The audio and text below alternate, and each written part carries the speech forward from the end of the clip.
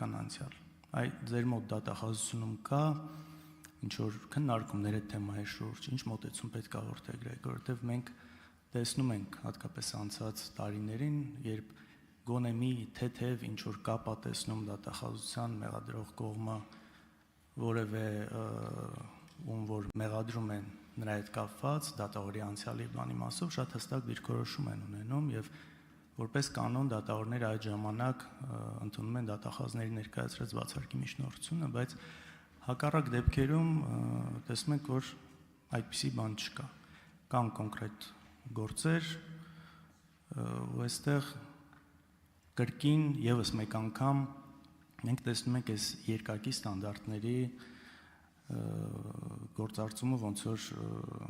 ինչպես որ անում է եւ քննչականը եւ դատախազությունը եւ սա մեղմ ասած արդար չէ ինձ հետաքրքիր է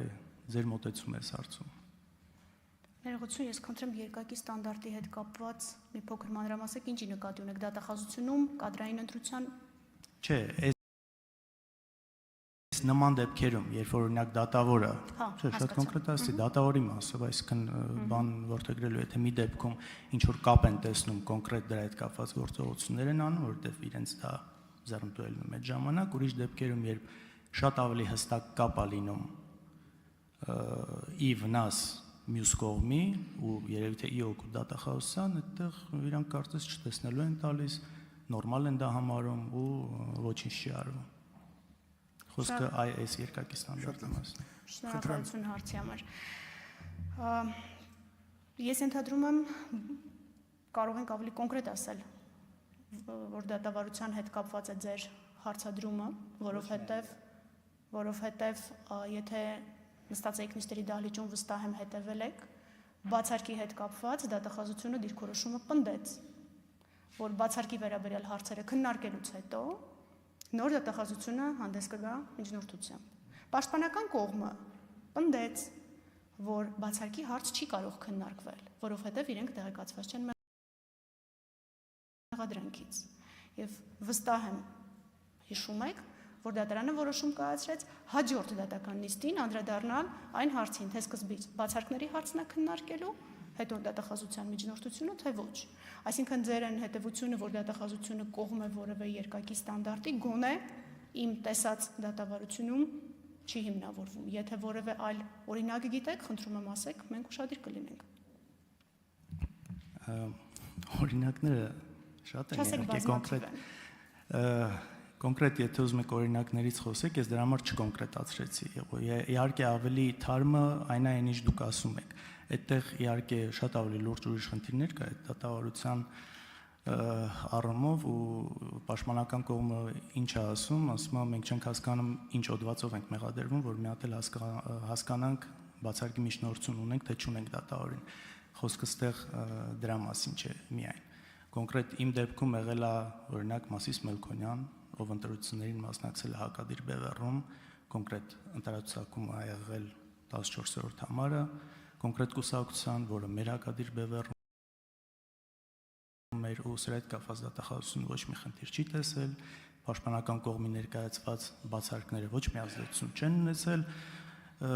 դե մակագրումներ հատուկ ամեն կերպ արվել է նույն մարդուն, բայց ես ընդհանուր դիրքորոշում եմ ուզում հասկանալ, որտեղ վաղը մյուս օր էլ կարող է օրինակ մեր գործընկերներից մեկը դատավոր դառնա, արդյոք դատախազությունը նորմալ է համարելու, երբ որ ինչ որ գործով մյուս կողմում գտնվող մարդկանց հետ կապված գործերում իրենք հանդիսանան որպես դատարան։ Խոսքը ավելի խնդրում եմ ընդհանուր։ Շատ լավ։ Պատասխանը արձագանքեք, այո։ Ես ձեր նշած դատավարությունների հետ կապված էլի պետք է ասեմ, որ դատարանը որոշում է կայացրել բացարկի, ինքնաբացարկի վերաբերյալ հարցով, դուք իրավաբան եք ու շատ լավ եք պատկերացնում ինքնաբացարկի վերաբերյալ որոշում կայացնող սուբյեկտն ով է, եւ շատ լավ եք պատկերացնում ինչ է նշանակում քրեական արդարադատություն, որը կողմերի հավասարություն չի ենթադրում, մրցակցային դատավարություն է, եւ դատախազությունը յուրաքանչյուր դեպքում, երբ դատական ակտի անվերապահ բեկանման հիմքեր կարող են լինել, իսկ տվյալ դեպքում դատավորի սուբյեկտայնությունը անվերապահ բեկանման հիմքերից մեկն է, շատ աչալուրջ է, որովհետև հետագայում մեղադրանքը կարող է լուրջ ռիսկի ենթարկվել։ Այնպես որ Շատ լավ, ես խնդրում եմ խոսությունը դադարեցնենք, այնպես որ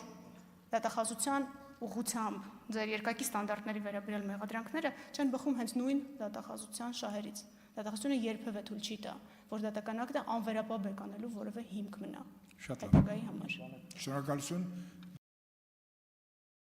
Պաշտոնատար անձի կողմից թեկուզ օրինական գործողություն կատարելու համար գումար պահանջելը կամ ստանալը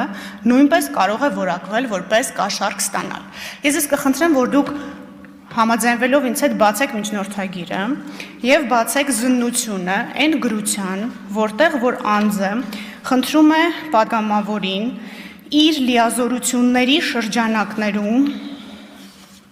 աջակցել իրեն մի վարքյան, ես ձեզ հիմա էջնել կոնկրետ կասեմ, որ երկար չփնտրեք։ Ահա, եւ այստեղ պատգամավորը չունի լիազորություն ձևակերպումը առնվազն հակասում է ազգային ժողովի կանոնակարգ օրենքի 3-րդ հոդվածին, որտեղ պատգամավորի իրավունքների մեջ նշված է, որ պատգամավորը գրավոր հարցումներ անելու իրավունք ունի։ Պարոն Թունյանը հարց բարձրացրեց, թե արդյոք ցանկացած գրության համար մենք պետք է ենթարկվենք պատասխանատվության ոչ ու ոչ մի դեպքում։